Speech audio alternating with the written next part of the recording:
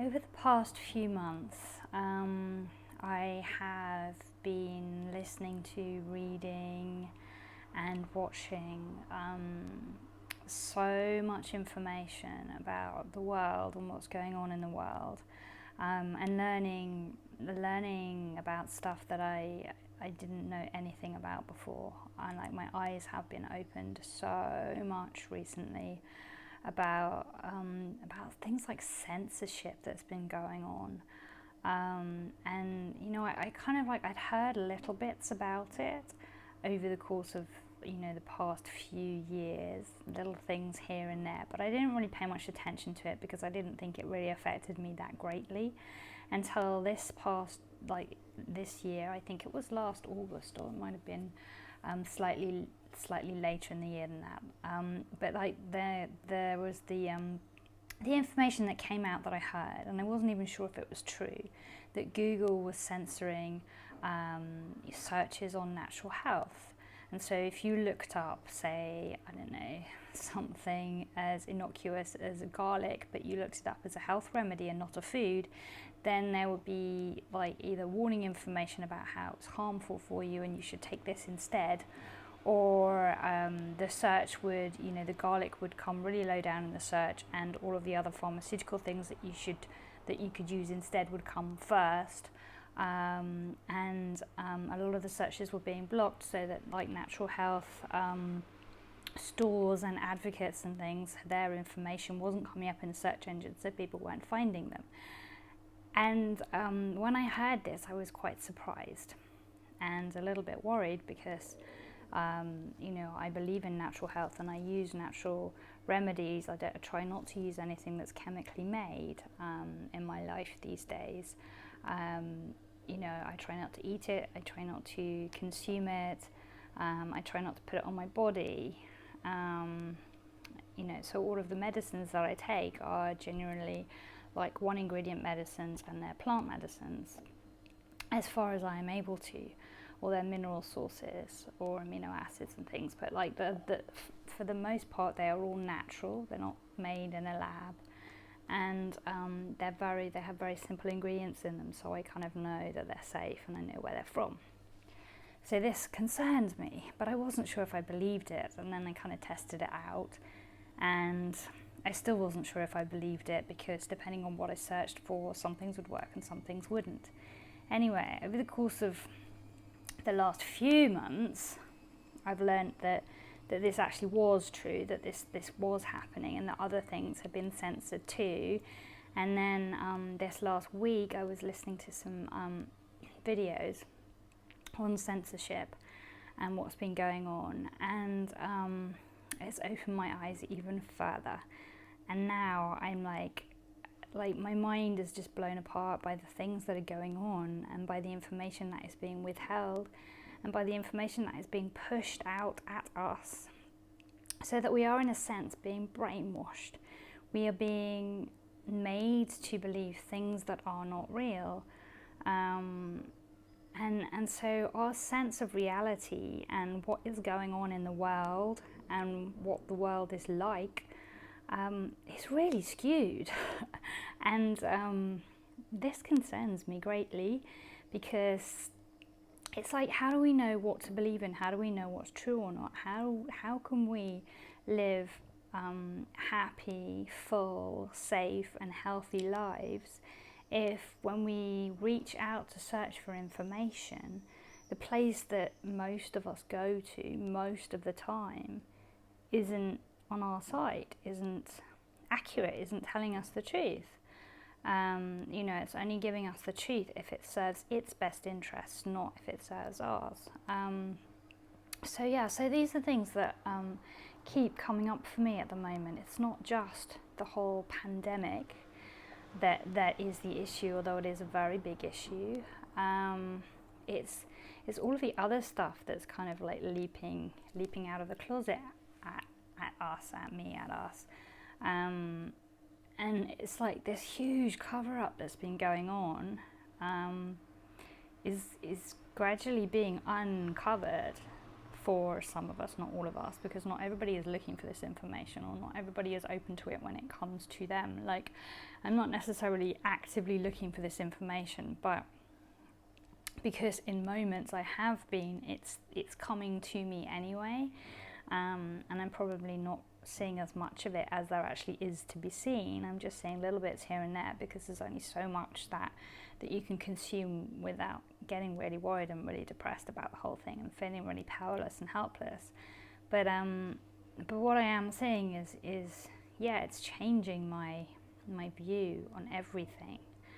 And you know, there's stuff coming out now about the pandemic as well, which is changing my view on that. And it's really hard to keep up, because everything that you listen to, every different person's opinion is totally different. Like, it's just, you know, you can listen to 10 different doctors telling you how to keep yourself safe from catching it, and if you do catch it, how to deal with it. And they're all saying something slightly different. The same with the mask debate. Some are saying wear a mask and some are saying don't. And nobody is clarifying that issue. Yeah, it's like there are people on both sides saying no, wearing a mask will help you, it's a good thing to do, and then people on the other side saying no, wearing a mask is not good for you and it's going to damage your immune system. And I really wish there was like an answer to that one, at least that. If there was an answer to that, life would be a little bit simpler, but there isn't even. And so it's difficult. And yeah, and then with whether this virus is really dangerous or not is another issue that nobody can clear up.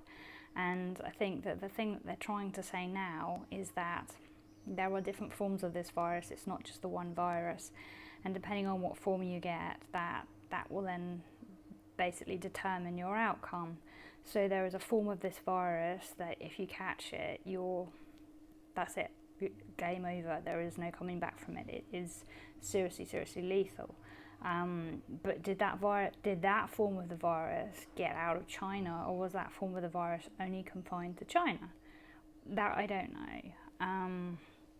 But like the stuff that I learned today from something I was listening to was basically saying that there had been footage filmed by people in China about what was going on there that has now just disappeared, but that is still accessible if you know where to look for it, which I don't, but this person did. This person was very high up in terms of being able to access information, and knew whether that information was true or false, and they were saying that what had happened in China was essentially a holocaust, that like 1 million people had just vanished this year. 1 million people had caught this virus, it was deadly, and they had died and their bodies had been disappeared, and that they knew that it was 1 million people because 1 million people's cell phones went offline, and everybody in China has to have a cell phone apparently for tracing, and so when the cell phone goes off, that's because the person is no longer alive. And there were news reporters backing up this information that they'd seen, the crematoriums just burning and burning and burning and burning and burning constantly, and that this black rain had fallen in China, which was all the ash from all the people, and that people had been locked inside their houses by the military. Like, they'd literally put metal bolts on the outsides of their doors so that they couldn't get out if they were ill, so that they were left in there to die.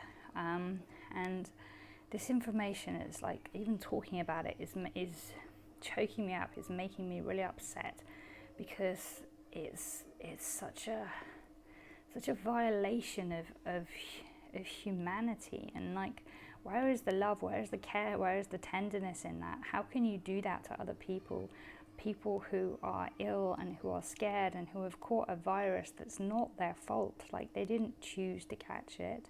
It was something that should never have been out there in the first place, and then through no fault of their own they then get infected with it, and then their lives are like treated like they are worth nothing, and they're disposed of like they are garbage. And you know, they're treated in such a disrespectful way, because the ultimate goal is just to stop this thing spreading. And I understand the fear, and I understand the wanting this thing not to spread and not to infect the whole world and kill many, many more people. But people have feelings, people have fears, people have families, people have needs, people, and just to take that away from people when they are sick, and to leave them alone to die, and to lock them in and not allow them to get out. I mean, like, I cannot even begin to imagine how terrifying and how lonely that must have been. And then, like, there were reports of the fact that they were throwing the people in the body bags, into the fire in the crematorium to cremate them, and the people were not even dead yet. There were people who were still breathing being thrown in there. They just decided you're going to die within the next like however many minutes or hours or whatever, so we're just going to chuck you in here now because we need to get rid of you because you're contaminated and you're dangerous. And it's just, I mean, it's just huge. It really is huge. And then, and so that was the initial virus. And then they're saying that this information that I heard, from this person who was being interviewed, they're saying that then the people who were filmed spraying the streets with chemicals and disinfectant, in China, which I saw those videos too. And it was like freaky, scary. And then like the people then started doing that here where I live outside my window, and that was even freakier because it was like something I saw on the internet that looked like something out of a nightmare, and then came and visited my city. And you know, so the world is just so weird right now. And anyway, so this person was saying that they were actually spraying a version of the virus on the streets, which is the version that now is everywhere, because they'd worked out, like this is the, so that this virus came from a lab. It was like warfare, it was genetically engineered, and it should never have been there, and it got out somehow, and nobody knows how. And that's the virus that literally like killed 1 million people in China. And then there's this other virus, which is kind of like an antidote, I guess, which is the virus that's going around everywhere else in the world, pretty much. And the virus that is kind of, it's changing as it goes, so that there are now multiple strains of it. Some are stronger, some are weaker, or whatever. But anyway, this virus is the not so lethal virus. This virus is the virus that then, if you have it, you will have antibodies, and so it will protect you from catching the lethal virus that killed 1 million people. So this is like a novel theory to me. I had not heard this theory before. And this is the only time I've heard this theory, so I'm not saying that, you know, this is the truth. I'm saying this is something I heard today, which was interesting and shocking and tragic, and brought up a lot of emotions in me, and may or may not be true. But the person that was giving the information was somebody really credible, somebody who has access to information that the majority of us don't have access to. Someone whose name I won't mention because I don't want my video to get taken down, and if I mention a name, then it may well do, and it may well do anyway, who knows. Probably not, because not enough people are on my channel, so I'm probably not seen as a danger. But what I'm saying is stuff that other people have had their videos taken away for, so who knows. But yeah, it's all just stuff to think about. It's like the more I hear, the more I'm like, seriously, no, what? Like that stuff, like this is actually going on in the world, stuff like that is actually happening to human beings. And it's scary because, you know, we might be next. We don't know that. You know, what happened to those people in China could easily happen elsewhere. you know, when they all went into quarantine at the beginning of this situation, I never thought that that could happen anywhere else. And then suddenly, like a few months later, it was happening to me where I live, and that reality had become my reality, and that's still my reality. And you know, we're not in quarantine anymore, but we are kind of still living in a quarantined state. Not everything is open. Life is not normal again. Some people are working and some people are not. Some things are open and some things are not. And you know, in order to go outside and to walk around or do anything, we all have to wear a mask. So I mean, that's really not normal. And yeah, and it's like you go into a place and you have to walk over a disinfectant doormat, and to like clean your shoes of germs, and you have to use the sanitizer pumps to clean your hands. This is not normal.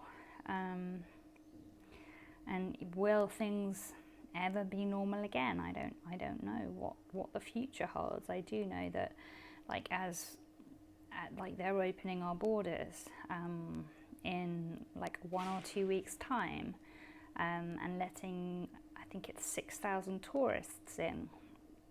And the idea is that it's an experiment, and they're letting the tourists in from Germany because Germany had a very, very low infection rate with the virus, dealt with it really swiftly and quite strictly, and so they deem Germany and Germans to be safe, or the safest people who want to come here, out of like the people that come from various places in the world. The Germans are like quite high up. There's quite a lot of Germans that come here every year. Germans and British people are like the main two groups that come here, and Britain's a band because they have not done very well in the whole quarantine situation, and they've still got really high numbers and everything. So Britain's not allowed to come in until they've behaved themselves and done a good job with this virus. But they're letting the Germans in, and it's kind of, I don't know, I'm not massively happy about that, to be honest. I'd rather that they kept everything shut for a bit longer. I like the fact that it's really quiet here right now. I like the fact that the streets are not massively packed with people. I like the fact that there are no cruise ships, because in the summer here, every year there are so many cruise ships. It's horrible. There's so much pollution from the ships. They just churn out black smoke constantly all day and all night from their big chimneys. And they have like thousands and thousands of people on them. You know, some of them have like 10,000 people on them. A lot of them have 4,000, and they all just disembark at the same time. And suddenly, you know, there's the city here, which is where all the tourists go to from these boats, because that's where the boats moor. They moor just outside the city. They come into the city, and suddenly you cannot move for people, because all of these people have just descended upon, you know, this city that's not used to having that many people in it. And then you can't move, everybody's irate. You go into a shop, it takes forever to get served. The people who are serving you are grumpy and flustered because they are overworked and overwhelmed, and they're fed up with having people being rude to them all day, which is what happens because a lot of the people on these cruise ships are not very polite. They're on a time schedule, they don't have much time. And so they want everything now, and they're not necessarily very good at managing things when they don't get it immediately. And this is not a country where things happen immediately. This is a very slow, laid-back country. It's very Spanish in this mentality, and so you can't expect things to operate like that. If you want to get a takeaway anything, you have to accept that it's going to take you 15 to 20 minutes. It's not the same as, like, you know, in America or in England, where it's a matter of seconds. It's just not like that here. And they won't apologise if it takes a long time, because it's supposed to take a long time. That's how life works here. So I'm kind of like apprehensive about the borders opening in case, you know, our cases go up again, and also because I like things being quiet and slow like they are right now.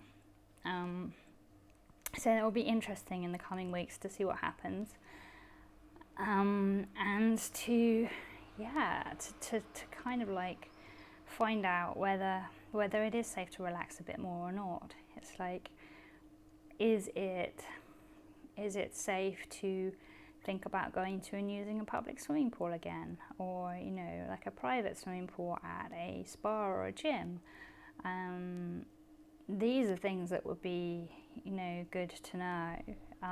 Can we meet up with our friends and relax about the whole thing, or do we have to be thinking every time I go out and I meet someone new, I am potentially taking a risk, and then we have to weigh up whether that risk is worth it or not. I'm kind of tired of doing that, really, and I haven't been doing it for that long, but I'd like to not have to think when I go to the physio, for example, whether that appointment is really worth the risk. Like, I'd like to get my back fixed, so I go to the physio because, otherwise I'm in pain with my back. But then afterwards I'm like, but did I endanger myself? And then did I get enough of a solution for my back in that session or not? Did I get my value really in my 45 minutes? And that's just, it's really tough thinking like that when, I like going for my physio because I like my physiotherapist. We have a laugh together, we're friends. I don't want to have to be thinking, am I being selfish? Because in trying to fix my back, I'm not only putting myself at risk, I'm putting my family at risk, I'm putting those that I live with at risk. So that's hard, and I'd like to not have to be dealing with those difficult issues. I'd like my life to go back to how it was before, which was complicated enough. So yeah, I don't know. I think I've kind of like run out of steam now on my talking points, but the main one was just, like, whether we are aware of it or not, and I think it depends on how self-aware we are. We are all under constant stress, and we are all being traumatized at the moment, constantly, by this situation. And many of us have been under constant stress and have been traumatized for many, many years with the things that have been going on in the world, if we have had our ears and eyes open to them. And I'm not sure if people are really aware of that and are aware of the price that they will be paying health-wise because of that. Like, if you have no way of controlling your life, like, we can't control how long we'll live, we can't control our health, we can't control, I don't know, like, we cannot, like ultimately we cannot control, we cannot control whether we're rich or poor, whether we have a house or not, whether we have friends or not, whether we're married or not, whether we meet the man of our dreams or not, whether we are close to our family or not, whether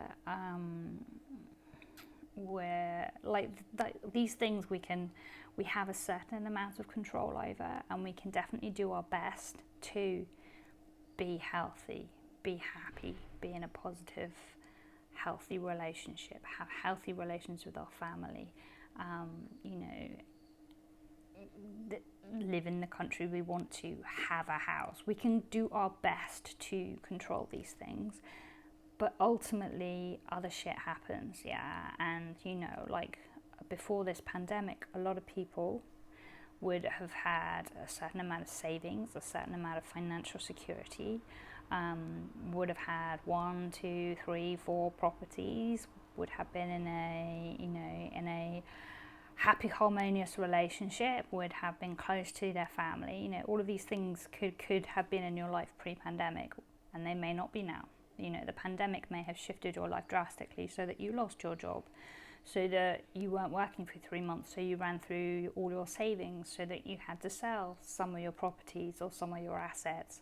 Could have, like, jumbled up your relationship so much with your other half that now that relationship is just over and done with. Could have resulted in domestic violence even. Could have resulted in you not speaking to certain members of your family because, people have had very strong beliefs and views over this time.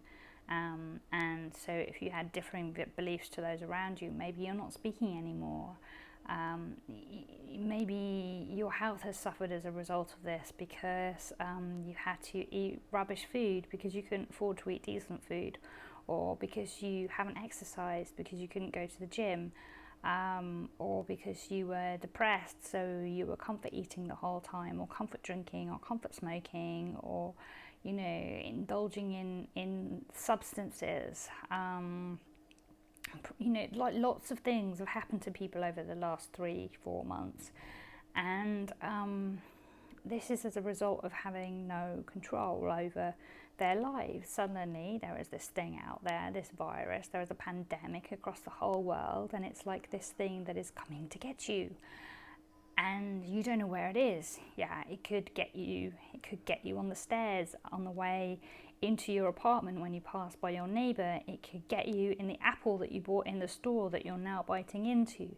It could get you on your clothes because they touched a wall outside and now you've touched it and you've put your hands on your face. It could get you from the person that you live with who went out and contracted it and then brought it back to you. There are so many potential ways that we could get this thing if what we are being told is the truth. And so, we've changed our lives and we've been hiding and we've been fearful and we've been good people, doing what we were told, and not having any control over when we'll be allowed to go back to work, when our children can go back to school, when we will be able to go out and meet up with our friends, when we can go to a shop and go shopping again, to the gym again, to theatres, to museums, to galleries, to churches and cathedrals, all of these things, to get in a car with other people, to drive anywhere, to go anywhere, to go on a road trip, to get on an aeroplane and go for a flight, to visit family in different countries or friends in different countries. All of these things have been taken away from us. We have no control. We don't, so when you don't know anything about your future, so you don't know, if you're going to be able to pay your mortgage. You don't know if your job is going to last you through to retirement. You don't know if you're going to be able to feed and clothe yourselves in 6 months' time. These things are really deeply stressful, and people are being traumatized by them. And I think this is something that is being swept under the carpet right now, especially because it's like there was the pandemic and it was all in the news, in the media, scary, scary, scary. And then it's kind of been pushed aside for this new argument, which is, the racial argument and the Black Lives Matter argument, which is a huge topic and deserves attention and love and healing and resolution. But what happened to the pandemic? Where's that gone? Because that's still an issue, surely, isn't it? And if it isn't an issue, then why is the world not back to normal again? And then it's like, I'm sitting here and I'm waiting to see what's next. Something else is going to happen.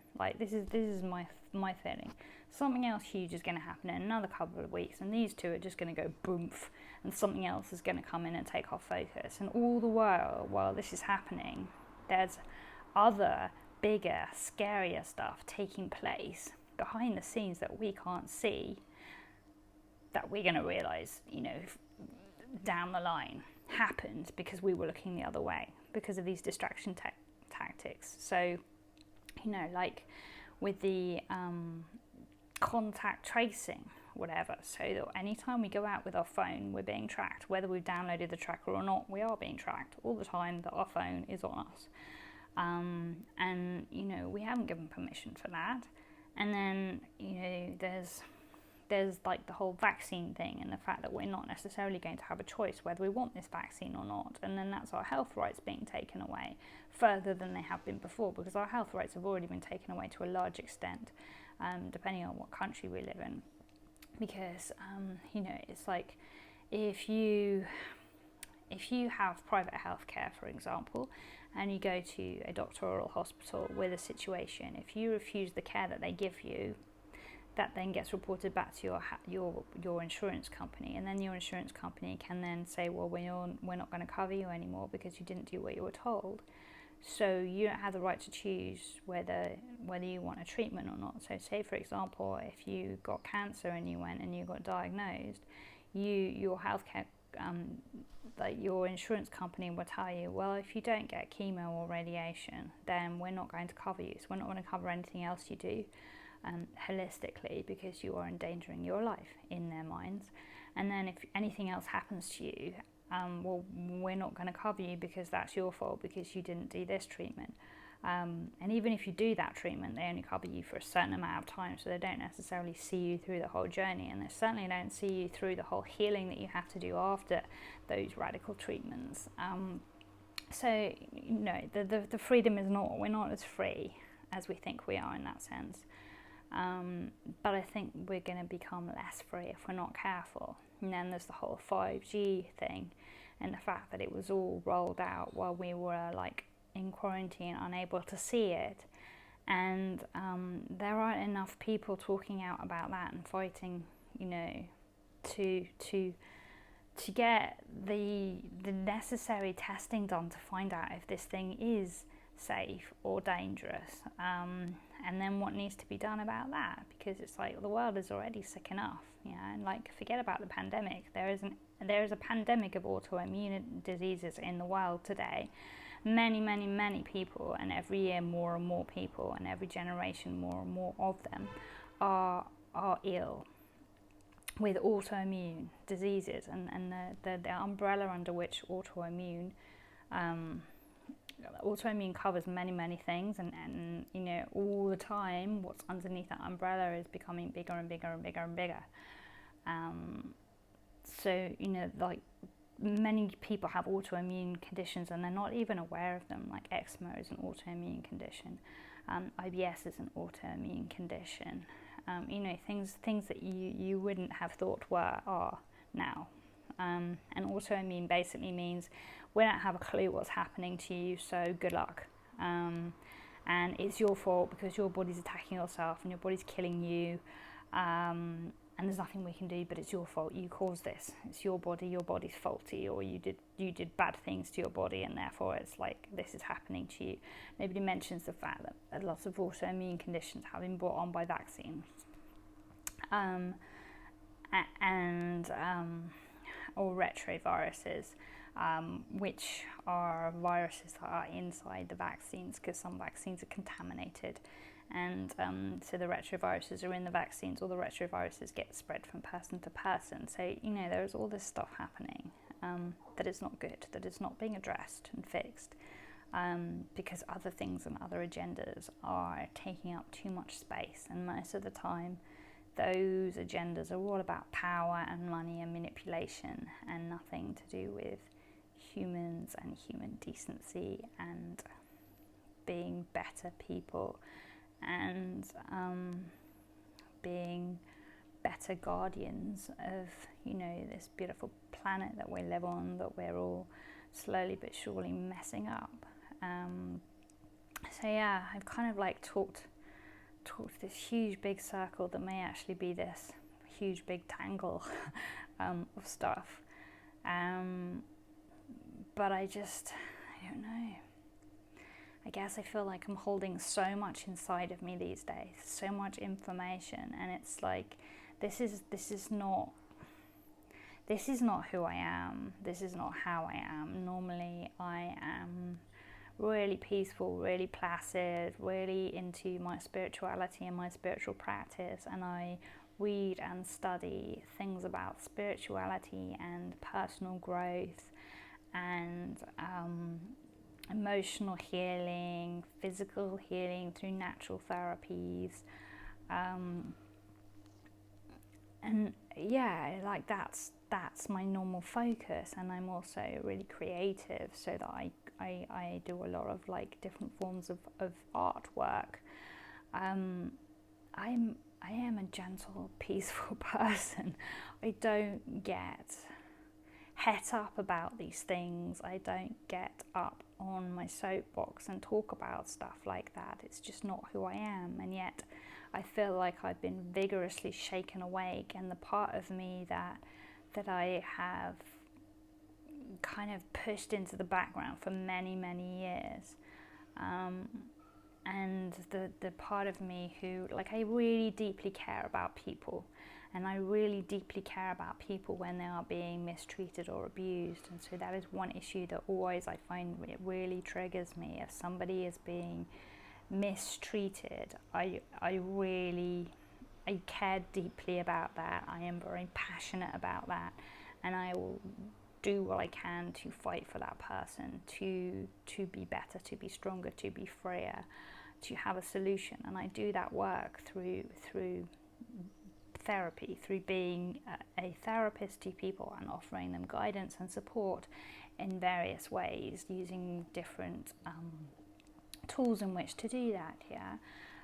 But this situation with the pandemic has kind of brought that part of me more out into the open, in a different way. And so now I feel like I have to not just try and heal people one by one, but to do something more far-reaching that will heal more people, and multiple people at a time.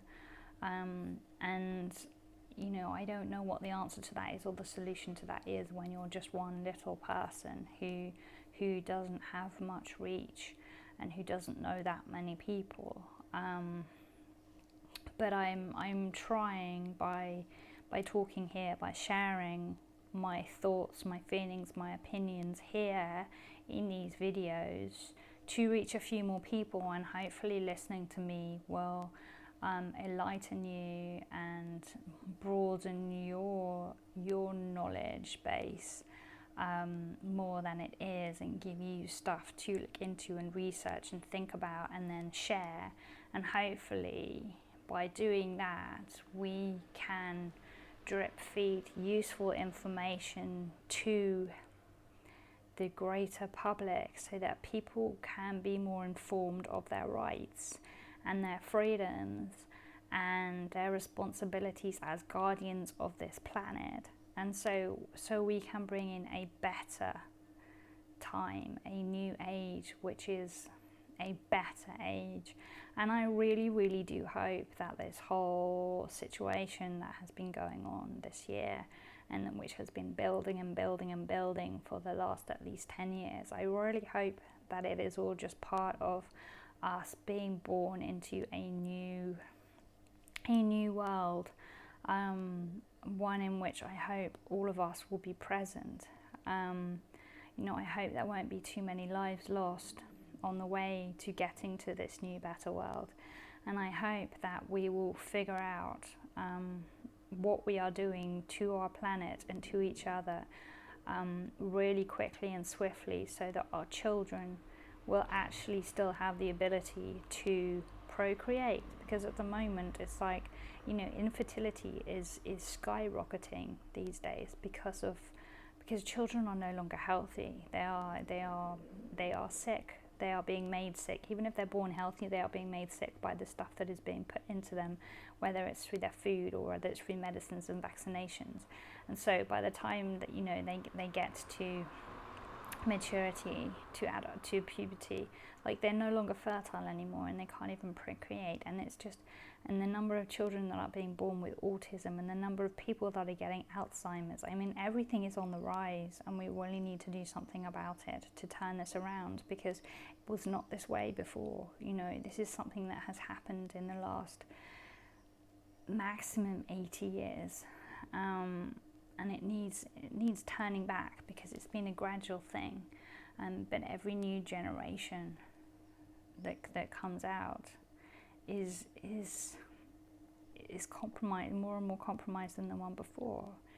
And that's just really sad and really tragic. And would you want to be a baby right now? Would you want to be born into the world right now as it is, with that as your inheritance? I don't know. I wouldn't personally. I would just be like, no, seriously guys, don't have me, send me back. I do not want to become embodied right now on Earth. I'm gonna stay up there and wait out my time until things have calmed down a bit. That's how I would be feeling. So I hope things resolve themselves. I really, really do, and I hope that what's coming next isn't worse than what's already been. Because I'm not sure how much more of this everybody can take. It's been a really shit year, and we all thought it was going to be a really great year. Because 2019 was a tough year for most people. So we shall see. Anyway, I just thought I'd share that with you.